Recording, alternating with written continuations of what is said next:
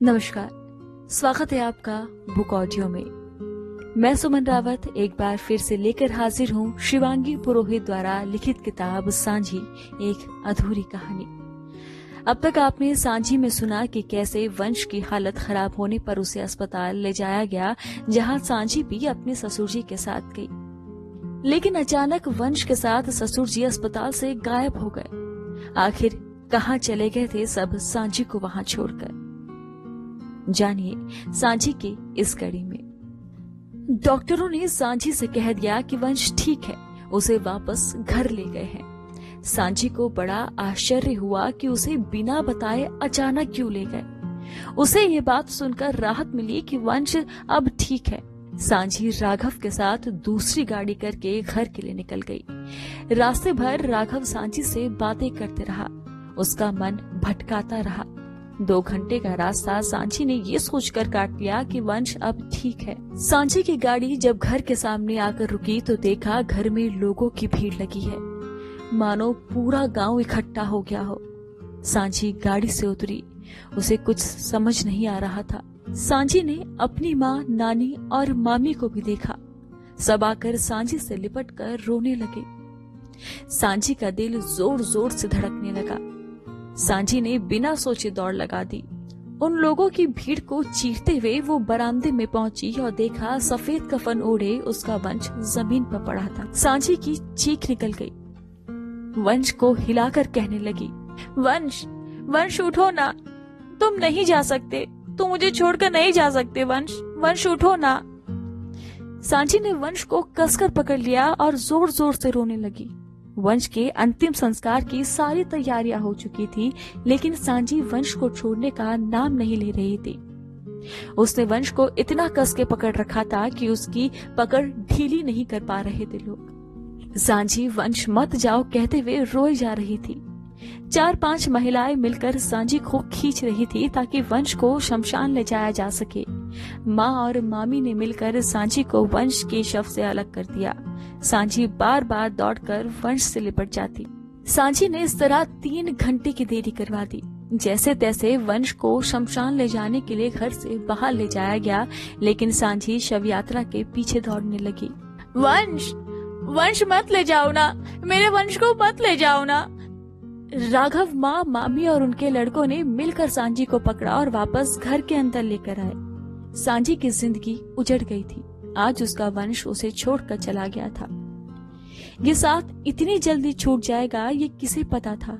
सांझी 3-4 दिन तक उस कमरे में निढाल पड़ी रही। बिना कुछ खाए, बिना पिए एक जिंदा लाश हो गई थी।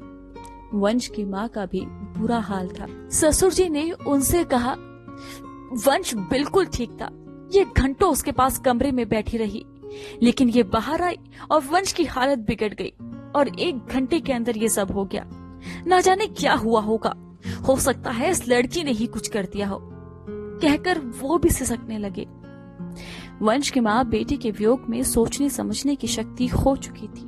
वो उठी और सांझी को कमरे में खींचते हुए ले गई। तूने मारा है, तूने मारा है मेरे बेटे को, तूने ही मारा है वंश को, निकल जा इस घर से, कहकर उन्होंने सांझी को दरवाजे के बाहर धकेल दिया और दरवाजा बंद कर दिया।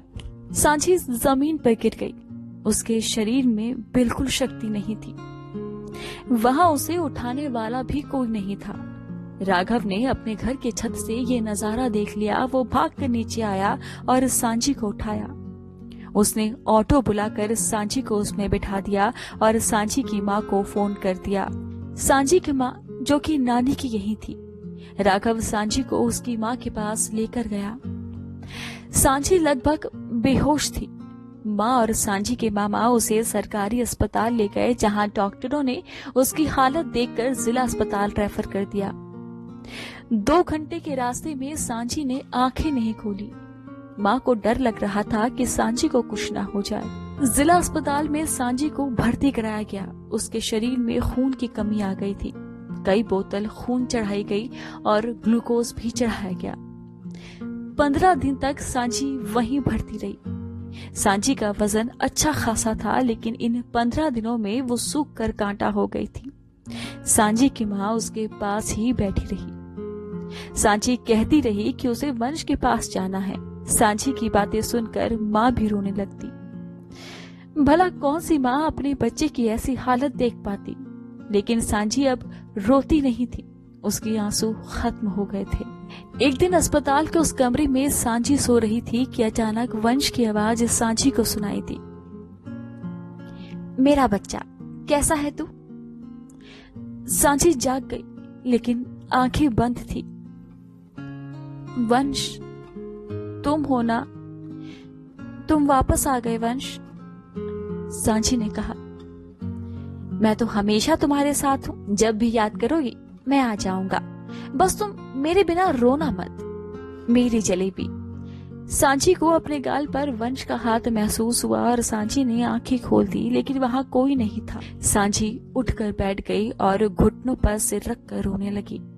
तभी माँ भी कमरे में आ गई और उसे रोता देख चुप कराने लगी। मैंने आंखें क्यों खोली? वंश चला गया माँ, सांची ने कहा। ये क्या बोल रही है तू? चुप हो जाना बेटा, माँ ने कहा। माँ, वंश आया था, वो मेरे पास ही बैठा था, मुझसे बातें कर रहा था। सांची की बातें सुनकर माँ भी रोने लगी। सांची के मन में कई बार आत्महत्या के ख्याल भी आते थे। जीने के लिए कुछ बचा ही नहीं था, किसके लिए जीती वो? अक्सर वंश के बारे में सोचती रहती, पुरानी बातों को याद करती रहती। जब सांची ठीक हो गई तो उसे अस्पताल के दूसरे कमरे में शिफ्ट कर दिया गया। उस कमरे की दीवार पर एक पोस्टर टंगा हुआ था जिस पर 4 लाइनें लिखी हुई थी।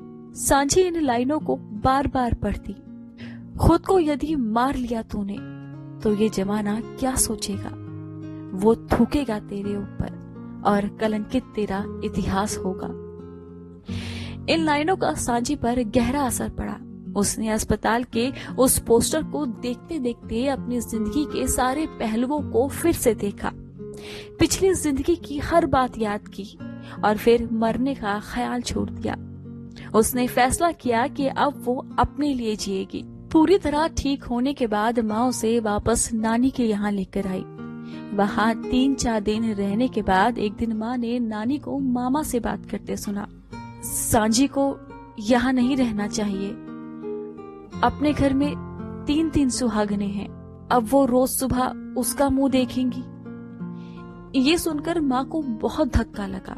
कैसी सोच है इन लोगों की, एक 20 साल की लड़की के लिए ऐसी मानसिकता। माँ अपनी बेटी को और दुख नहीं दे सकती थी।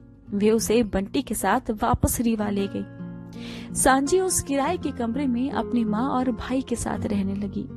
सांची को अब अपनी जिंदगी से कोई अपेक्षा नहीं थी, वो तो बस जिए जा रही थी।